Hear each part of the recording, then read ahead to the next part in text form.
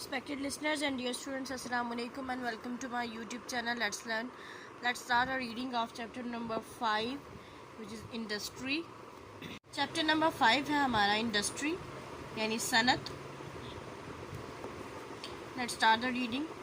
The dictionary defines industry as the work and processes involved in making things in factories. That is manufacturing process. यानी dictionary industry को इस तरह से बयान करती है, इस तरह से इसकी तारीफ़ करती है कि इंडस्ट्री क्या है कि चीज़ों को पे काम करना और उनको मुख्तलिफ़ मराहिल से गुजारना फैक्ट्री में और इनको एक शक्ल देना, ये है इंडस्ट्री यानी सनत. यानी मैन्युफैक्चरिंग प्रोसेस यानी उस चीज़ को किसी ख़ास शक्ल में, किसी ख़ास सांचे में ढालने के लिए, बनाने के लिए मुख्तलिफ़ मराहिल से गुजारना. We have already looked at agriculture and here we will deal with industry and manufacture. यानी हम पहले ये ज़राअत के बारे में पढ़ चुके हैं और अब हम पढ़ेंगे सनत और चीज़ों की मैन्युफैक्चरिंग यानी बनाने के बारे में. Industry is usually divided into 3 levels. आमतौर पर इंडस्ट्री को 3 मुख्तलिफ सतह में या लेवल्स में तकसीम किया गया है. प्राइमरी, सेकेंडरी एंड टर्शरी यानी पहले, दूसरे और तीसरे दर्जे की इंडस्ट्री. प्राइमरी इंडस्ट्री ये फर्स्ट लेवल है, पहला लेवल प्राइमरी इंडस्ट्री कहलाता है. Is getting a raw material. These can be from mining, curing, oil and gas, drilling, agriculture, forestry and fishing. ये जो प्राइमरी इंडस्ट्री है यानी पहले दर्जे की इंडस्ट्री, इसका मकसद ये होता है कि जो खाम माल है उसको इकट्ठा करना. इसमें जो माइंस हैं, काने हैं, उनकी खुदाई हो सकती है, उनकी तलाश हो सकती है. ऑयल और गैस के लिए ड्रिलिंग करना यानी ज़मीन में सुराख करने, उनको तलाश करना. ज़राअत, जंगलात और जो मछली पानी है, फिशेस को तलाश करना, फिशिंग करना, ये आ जाता है. सेकेंडरी इंडस्ट्री सेकंड लेवल है. Takes these raw materials and makes them into finished products. जो दूसरे दर्जे में है उसमें क्या किया जाता है कि उसमें इस रॉ मटेरियल को लिया जाता है और इसको ख़त्मी शक्ल दी जाती है. यानी अगर आप माइनिंग से तलाश कर रहे हैं आयरन को, लोहे को, तो लोहे से मुख्तलिफ और चीज़ें बनती हैं सैकड़ों. उनमें से किसी भी चीज़ को बनाना ये सेकेंडरी इंडस्ट्री का काम है. Ranging from tins to trains यानी टिन है आपके पास, उससे वो तलाश किया, उससे ट्रेन बनने तक का अमल सेकेंडरी इंडस्ट्री करेगी. यानी तलाश जो सी है वो प्राइमरी इंडस्ट्री का काम है खाम माल की, और उसको किसी शक्ल में, किसी सांचे में ढालना वो सेकेंडरी इंडस्ट्री का काम है. नीडल्स टू न्यूक्लियर प्लांट्स और शू टू सैटेलाइट यानी सुई से लेके न्यूक्लियर प्लांट बनाने तक या जूते बनाने, सैटेलाइट्स बनाने, ये सब सेकेंडरी इंडस्ट्री का काम है. टर्शरी इंडस्ट्री थर्ड लेवल है और मोर यूजली सर्विस इंडस्ट्री. ये ज़्यादातर सर्विस इंडस्ट्री के तौर पे जानी जाती है. यानी ये खिदमात पेश करती हैं. इस तरह से उसमें चीज़ें नहीं लेकिन सर्विसेज प्रोवाइड की जाती हैं. Does not produce goods for sale. ये चीज़ें नहीं बनाती फ़रोख्त करने के लिए. बट एनेबल्स द 2 और other level of industry function effectively. यानी लेकिन ये इस बात को यकीनी बनाती है जो पहले 2 लेवल्स हैं यानी प्राइमरी और सेकेंडरी, वो आपस में अच्छे तरीके से और इफ़ेक्टिवली काम कर सकें. Service industries include office work, transport to carry goods and raw material. Service industry में ऑफिस वर्क आ जाता है, चीज़ों को ले जाने की सहूलत आ जाती है, एक जगह से दूसरी जगह लाना. एंड रॉ मटेरियल को भी एक जगह से दूसरी जगह पहुंचाना सर्विस इंडस्ट्री का काम है. And communication such as telephones, postal work and email. इसके अलावा जो ज़राए अबलाग हैं जैसे कि टेलीफोन हो गए या डाक का काम हो गया, ईमेल सेंड करनी, ये सब सर्विस इंडस्ट्री में, या जो हमारी तीसरे दर्जे की इंडस्ट्री है टेरिटरी इंडस्ट्री, उसमें ये सब काम किए जाते हैं, which allow general business to be maintain, जो कि इस बात को यकीनी बनाती है कि जो आम बिजनेस है, जो काम है, वो सही हालत में चलता रहे, बैलेंस्ड रहे. There are merchants and traders whether small shopkeepers और giant businesses with branches in many countries. यहाँ बहुत सारे सौदागर होते हैं, ताजर होते हैं, वो छोटे शॉपकीपर्स भी हो सकते हैं, दुकानदार भी हो सकते हैं, या बड़े बड़े बिजनेस रखने वाले लोग भी हो सकते हैं जिनकी जो शाखें हैं वो दूसरे मुल्कों तक फैली हुई हैं. Beyond these which are directly connected to with industry there are health workers. वो लोग जो कि डायरेक्टली, जो कि बराह रास्त इन सनत से ताल्लुक़ रखते हैं. इनके अलावा भी लोग होते हैं जैसे कि सेहत के लिए काम करने वाले लोग, doctors, nurses, ambulance man, teachers, police, to keep society in order. जैसे डॉक्टर हो गए, नर्सेस हैं, एम्बुलेंस चलाने वाले लोग हैं, उस्ताद हैं, पुलिस हैं, ये सब लोग भी माशरे में ज़रूरी हैं ताकि माशरे का निज़ाम तरतीब से चलता रहे. People working in markets and shops, entertainers such as singers, musicians and filmmakers. बहुत से और भी लोग हैं मार्केट्स में जो, और शॉप्स पे एंटरटेनर्स हैं जो कि हमें एंटरटेन करते हैं, तफरीह मुहैया करते हैं, जैसे कि सिंगर्स हो गए, गाने बजाने वाले लोग, फिल्म्स जो बनाते हैं वो लोग, लायर्स, वकील, आर्किटेक्ट्स, वो इंजीनियर्स जो नक्शे बनाते हैं इमारतों के, स्ट्रीट क्लीनर्स, गलियां साफ़ करने वाले लोग, and many other who do not actually make anything but who are important in making our society work smoothly. जो कि खुद तो कोई चीज़ें नहीं बनाते लेकिन सोसाइटी को अच्छे तरीके से प्रॉपरली काम करने के लिए और सोसाइटी चलते रखने के लिए इनका होना बहुत ज़रूरी है. Service industry now also includes tourism as this brings in income and also creates new services like hospitality and catering. जो कि हमारी टूरिज़म इंडस्ट्री है ये भी अब सर्विस इंडस्ट्री में ही आती है, क्योंकि ये भी जो हमारी कंट्री है, जो भी कंट्री होगा उसके लिए इनकम लाती है, यानी उसके लिए पैसे जनरेट करती है, और साथ में ये और इंडस्ट्रीज़ को भी और सर्विसेज को भी अपने साथ क्रिएट करती है, उनको चलाती है. जैसे कि मेहमान नवाजी हो गई, खाने पकाने के लिए कैटरिंग वगैरह का सामान, यानी होटलिंग भी इसके साथ चलती है. जब टूरिज़म चलेगा तो ज़ाहिर है जो सयाह हैं वो उनको खाने पीने के लिए, रहने सहने के लिए जगह भी चाहिए होगी. इसके साथ साथ ये होटल इंडस्ट्री भी साथ साथ चलेगी. फर्स्ट इंडस्ट्री हम डिस्कस कर रहे हैं प्राइमरी इंडस्ट्री नाउ, यानी पहले दर्जे की इंडस्ट्री. इसमें क्या क्या काम आते हैं? Mining, curing and drilling oil and gas, यानी चीज़ों को माइंस में से तलाश करना ड्रिलिंग के थ्रू या माइनिंग के थ्रू. क्यूरिंग का मतलब होता है तलाश करना, खोदना, ड्रिल करना, ये सब चीज़ें प्राइमरी इंडस्ट्री में आएंगी. Mining is usually thought of as digging for metal और such as iron, copper, gold, silver, and for minerals such as coal or precious stones generally deep underground. जो माइनिंग है, कानकुनी है, इससे जो पहली जो सोच आती है वो हमारे ज़हन में आती है कि मुख्तलिफ़ धातों के लिए, ख़ाम धातों के लिए ज़मीन को खोदना, जैसे कि लोहा, कॉपर यानी तांबा, सोना, चांदी, और दूसरी जो सी मादनियात हैं जैसे कि कोयला हो गया या कीमती पत्थर वगैरह जो कि आमतौर पर ज़मीन के नीचे पाए जाते हैं. There are two types of mines, deep mines and open cast mine. Deep mines का मतलब ये होगा गहरी कानें हैं ये, और ओपन कास्ट जो ऊपर ऊपर होंगी, यानी बहुत ज़्यादा डीप नहीं होंगी. Open cast mines, sorry deep mines को हम पहले डिस्कस करेंगे.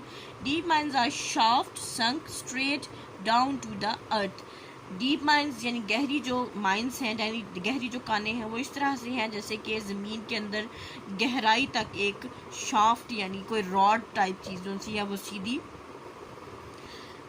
नस्ब कर दी गई हो, इस तरह से इतनी डीप है ये.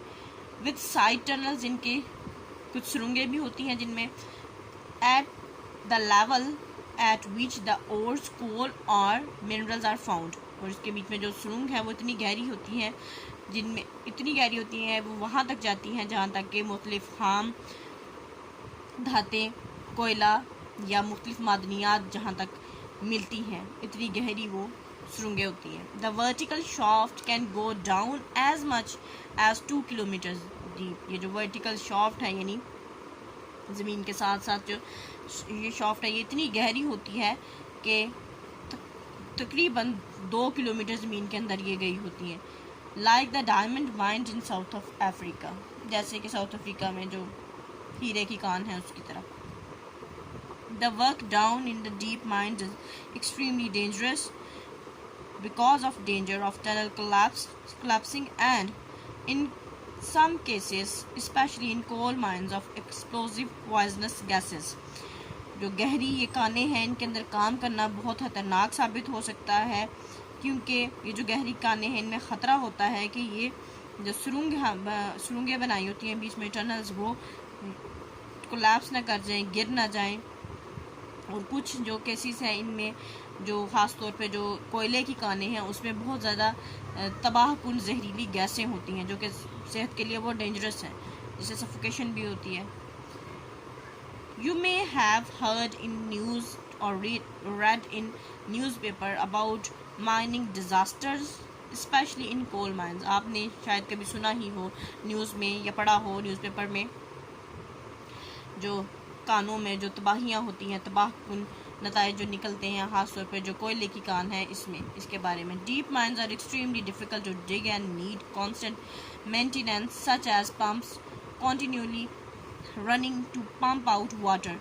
जो ये जो गहरी कानें होती हैं इनमें काम करना बहुत मुश्किल होता है और इनको मुसलसल मेंटेनेंस की यानी इनको मेंटेन रखने की, इनको अच्छी हालत में रखने की ज़रूरत होती है। जैसे कि मुसलसल जो सा है पम्प आउट करना, यानी जब हम गहराई में जाते हैं तो ज़ाहिर है पानी भी निकलता है, तो ऐसी कानों में पानी वाफिर मिकदार में होता है, उस पानी को उस कान से बाहर निकालना मुसलसल ही निकालना पड़ता है। The steam engine was invented in 18th century for just this purpose. जो स्टीम इंजन है 18वीं सदी में जो ईजाद किया गया था वो सिर्फ इस मकसद के लिए ईजाद किया गया था। Open cast mines occur when the mineral lies near the surface. Open cast mines तब बनती हैं जब जो भी मादनियात हैं वो जो ज़मीन का सरफेस है, सतह है, उसके करीब करीब पाए जाएँ। Usually the minerals is stone और कोल। आमतौर पे ये जो मादनियात हैं इनमें कोयला होता है या कीमती पत्थर होते हैं। स्टोन जो है, यहाँ पे स्टोन से मुराद आम पत्थर नहीं है, कीमती पत्थर। इसके अलावा पाकिस्तान में जो सबसे बड़ी माइन है खेवड़ा माइन, यानी नमक की कान है, जो सॉल्ट माइन है हमारी, वो भी इसी में ओपन कास्ट माइन में आती है। बट ओकेजनली, क्योंकि वो पहाड़ ज़मीन के ऊपर ऊपर होते हैं, ज़मीन के अंदर उनके नहीं जाना पड़ता उसको खोदने के लिए, यानी उसी पहाड़ जो ज़मीन के साथ साथ पहाड़ है वो ज़मीन के ऊपर ही है, उसी पहाड़ को खोद के उस पहाड़ के अंदर जाना है, लेकिन ज़मीन के अंदर नहीं जाना पड़ता, इसलिए ये थोड़ी सी ईजी होती हैं। Huge machines scrape away the upper level of soil to create large pit। जो बड़ी बड़ी मशीनें हैं जो ऊपर से ज़मीन का कचरा बचरा है वो पीछे करती हैं ताकि बड़ी जो सा है गहरी खुदाई की जा सके। Usually there is a sloping road down to the bottom so that trucks can be loaded up there। The minerals are found and carried up to the surface for moving them into lifts। आमतौर पर ये जो इस किस्म की जो mines होती हैं, कानें होती हैं, उन पे स्लोप बनाई जाती है, ढलवान बनाई जाती है ताकि ऊपर से ट्रक को लोड करके नीचे लिफ्ट के ज़रिए आराम से नीचे भेजा जा सके। Curing is a really another form of open cast mining and is used mainly for obtaining rock। यानी ये जो तलाश है माइनिंग में डिफरेंट चीज़ों की, ओपन कास्ट में ये क्यूरिंग की जाती है, तलाश की जाती है ताकि जो मेन रॉक है यानी जो मेन चट्टान है उस तक पहुंचा जा सके। This is use for building and construction. ये कंस्ट्रक्शन के लिए और इमारतें वगैरह बिल्ड करने के लिए, बनाने के लिए इस्तेमाल किया जाता है। Pakistan is famous for its marble which is exported specially for building mosques overseas. Pakistan का जो मार्बल है वो बहुत मशहूर है, जो कि बाहर दूसरे मुल्कों को बेचा जाता है, जो कि यूज़ होता है, ख़ास तौर पर जो मुल्क से बाहर मसाजिद हैं उनकी तामीर में, as well as for making into other products. इसके अलावा और बहुत सारी चीज़ों में इस्तेमाल होता है, सच एज सीमेंट, जैसे कि cement. Pakistan has vast deposits of limestone. Pakistan के पास बहुत सारे लाइमस्टोन के ज़ख़ीरे हैं जिससे सीमेंट बनता है, यानी चूने का पत्थर। Which is a raw material for cement, जो कि सीमेंट बनाने का खाम माल है। And now with the discovery of natural gas it is an excellent source of cement, so vital to the country developing economy. यानी आप जब गैस की दरियाफ्त के साथ साथ ये सीमेंट जो सा है, सीमेंट का भी एक अहम सोर्स है ये, जो कि मुल्क की जो माशी हालत है उसको बेहतर बनाने में अहम किरदार अदा करता है। नेक्स्ट टॉपिक है ऑयल एंड गैस ड्रिलिंग, यानी ऑयल और गैस के लिए ड्रिल करना, खुदाई करना। मशीनों से ड्रिल किया जाता है, सुराख किया जाता है, डीप डाउन कुएँ बनाए जाते हैं ताकि ऑयल और गैस को निकाला जा सके। Oil and gas are the remains of plants buried million of year ago deep in the earth. ये जो ऑयल और गैस यानी तेल और गैस हैं वो उन पौधों के बाकियात हैं जो कि लाखों करोड़ों साल पहले ज़मीन के अंदर दब गए थे। You will remember that many millions of years ago, when there is only one land mass on the earth, there was a huge sea somewhere near the center, the Mediterranean, and the Red Sea are its remains. यानी अगर आपको याद हो कि लाखों साल पहले ज़मीन सिर्फ एक बॉडी थी, ज़मीन ही एक ज़मीन में बहुत कम जो सा है टुकड़ा था जगह का। ज़मीन में हर तरफ पानी ही पानी था उस टाइम, और जो मेडिटेरेनियन सी है, रेड सी है, उसके बाकियात हैं। यानी अब वो फिर श्रिंक होता हुआ वहाँ उन इलाकों से पीछे आता गया। यानी पहले ज़मीन पे ये तस्वीर किया जाता है, ज़मीन पे जो प्लेस है, जगह है, वो कम थी, पानी ज़्यादा था, जो सॉइल है, मिट्टी कम थी और पानी ज़्यादा था। When the Earth's movement made the continents, most of the sea was buried, and over a long period of time the plants decomposed and changed into oil. जब ज़मीन ने मूव करना, ज़मीन की मूवमेंट के साथ साथ डिफरेंट जो बर्रे आज़म है वो बने, और उसके साथ साथ जो सी है वो ख़त्म होता गया, कम होता गया। ये बहुत लंबे अरसे तक जारी रहा, और इस तरह से वो लंबे अरसे तक जो प्लांट्स एंड डीकम्पोजिशन यानी उनका गलना सड़ना जारी रहा, और ये चेंज होकर ऑयल में बदल गया। That is why so much oil is found in the middle east. और इस वजह से जो सा है, जो मिडल ईस्ट है यानी जो मशरिक़ वुस्ता है, वहाँ पे बहुत ज़्यादा तेल पाया जाता है। In a few places the oil comes to the surface as thick black liquid। जो कुछ जगह हैं जहाँ पे ये जो तेल है ये एक घने काला सा लिक्विड के तौर पे मिलता है। Through cracks on the earth surface, but यानी अर्थ सरफेस पे क्रैक्स भी होते हैं, उसके थ्रू तलाश किया जाता है इसको। But more of it is locked underground and has to be drill. लेकिन ज़्यादातर जो सा ज़मीन के अंदर धंसा हुआ है और उसको निकालने के लिए ड्रिलिंग करनी पड़ती है, ज़मीन के अंदर सुराख करने पड़ते हैं।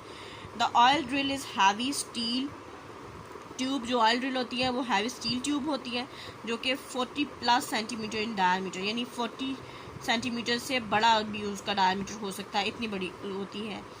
The cutting edge of which is made of industrial diamonds all round the rim। तो जो उसका कटिंग एज है यानी जहाँ से उसकी ड्रिलिंग करके काट के ज़मीन के अंदर घुसती है, उसके ऊपर पूरे जो रिम है, उसका रिम गोलाई में जगह है, उसके पूरे इर्द गिर्द उसके ऊपर डायमंड्स चस्पा होते हैं।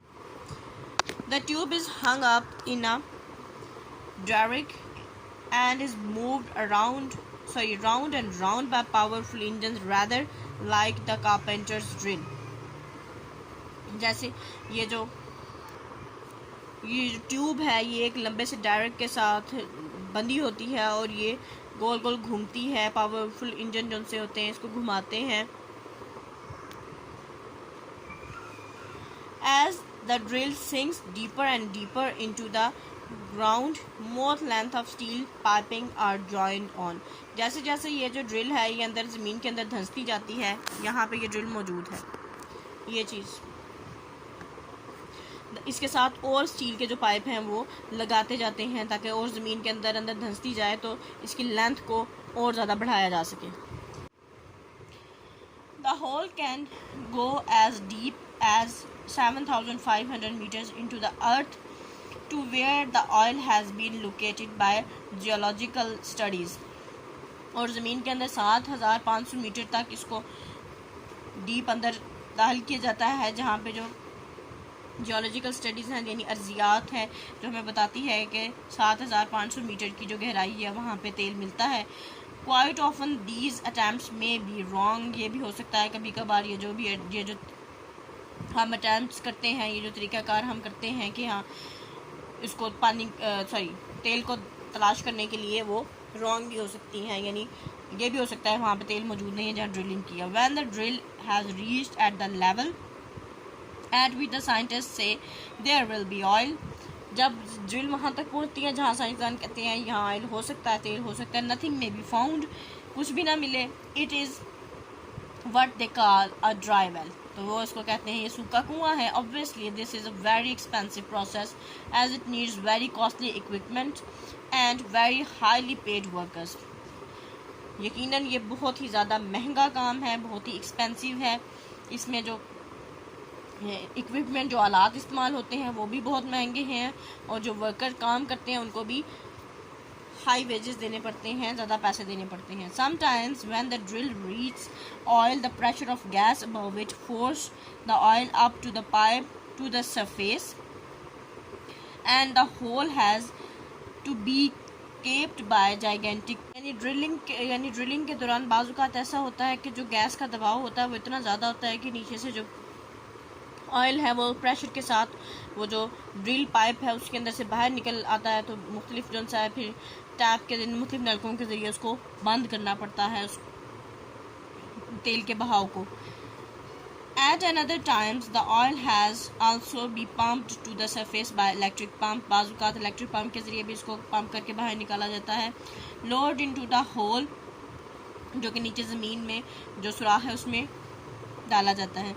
When the steel drill pipe has been taken out, जब ये स्टील पाइप है बाहर निकाल लिया जाता है, यानी ड्रिलिंग करने के बाद जब तेल निकल आता है तो इसको स्टील पाइप को बाहर निकाला जाता है. The hole is usually lined with steel और concrete to prevent sides from the collapsing, यानी फिर जो सा जब उसको बाहर निकाला जाता है तो वो जो सुराख होता है इसके इर्द गिर्द या तो स्टील की दीवार बनाई जाती है या कंक्रीट की, ताकि जो सा है ये सारी जो मट्टी वगैरह है वो उस कुएं में तेल के कुएं में गिरने से बचाया जा सके. Gas is drilled for in much the same way, gas के लिए भी इसी तरह से ड्रिल किया जाता है, इस तरह से सुराख किए जाते हैं. Oil reserves on the land are becoming more and more difficult to find, जो तेल के ज़खायर है ज़मीन पर उनको तलाश करना मुश्किल से मुश्किल तरीन होता जा रहा है. So that wells are being drilled at the sea to find oil beneath the ocean floor, तो इसलिए अब तेल की तलाश के लिए समुद्रों में सुराख ड्रिल करके समुद्रों में इसकी तलाश शुरू कर दी गई है, समुद्र के नीचे, यानी ज़मीन पे ज़खायर कम हो रहे हैं, अब समुद्र से तेल की तलाश की जाए. A huge floating drill platform is towed into the position where oil is thought to be, यानी एक तैरता हुआ जो सा है ड्रिल जो वो उसको पोजीशन किया जाता है उस जगह पे जहाँ पे ये शक हो के समुंदर में ऑयल मौजूद है उस वहाँ पे. And then great legs are lowered on the sea bed, तो फिर लंबी लंबी जो टांगे हैं यानी लंबे लंबे रॉड्स और इस तरह से जो सा जो समुंदर की जो नीचे ज़मीन है वहाँ तक जो सा है उसके अंदर धंसाई जाती हैं. After that the drilling process is much the same on the land, उसके बाद उसी तरह से ड्रिलिंग की जाती है जिस तरह की ज़मीन पे की जाती है. एनी ऑयल और gas discovered is sent along pipelines under the sea और नियरेस्ट द लैंड, कोई भी जो तेल जहाँ से दरियाफ्त होता है जिस भी जगह से वहाँ पे जो तेल और ऑयल की तरसील है यानी उसको उनको दूसरों तक पहुँचाना मुहैया करना वो पाइपलाइंस के ज़रिए किया जाता है, चाहे वो ज़मीन में निकले चाहे वो समुंदर में. The workers live on board the rig and are usually taken to and from land by helicopters. जो वहाँ काम करने वाले हैं वो आमतौर पर जो सा है एक रिग नुमा, एक बोर्ड, एक शिप टाइप चीज़ है, वहाँ पे रहते हैं। इसके बाद वहाँ से जब उनको उठाना होता है तो हेलीकॉप्टर के ज़रिए उठाया जाता है। The deck is usually 40 to 50 metres above the sea. ये जो डेक है जिस पे वो मौजूद होते हैं वो तकरीबन समुंदर से 40 से 50 मीटर की बुलंदी पर होता है। इसको यहाँ पे स्टॉप करेंगे। Wish you best of luck and अल्लाह हाफिज़।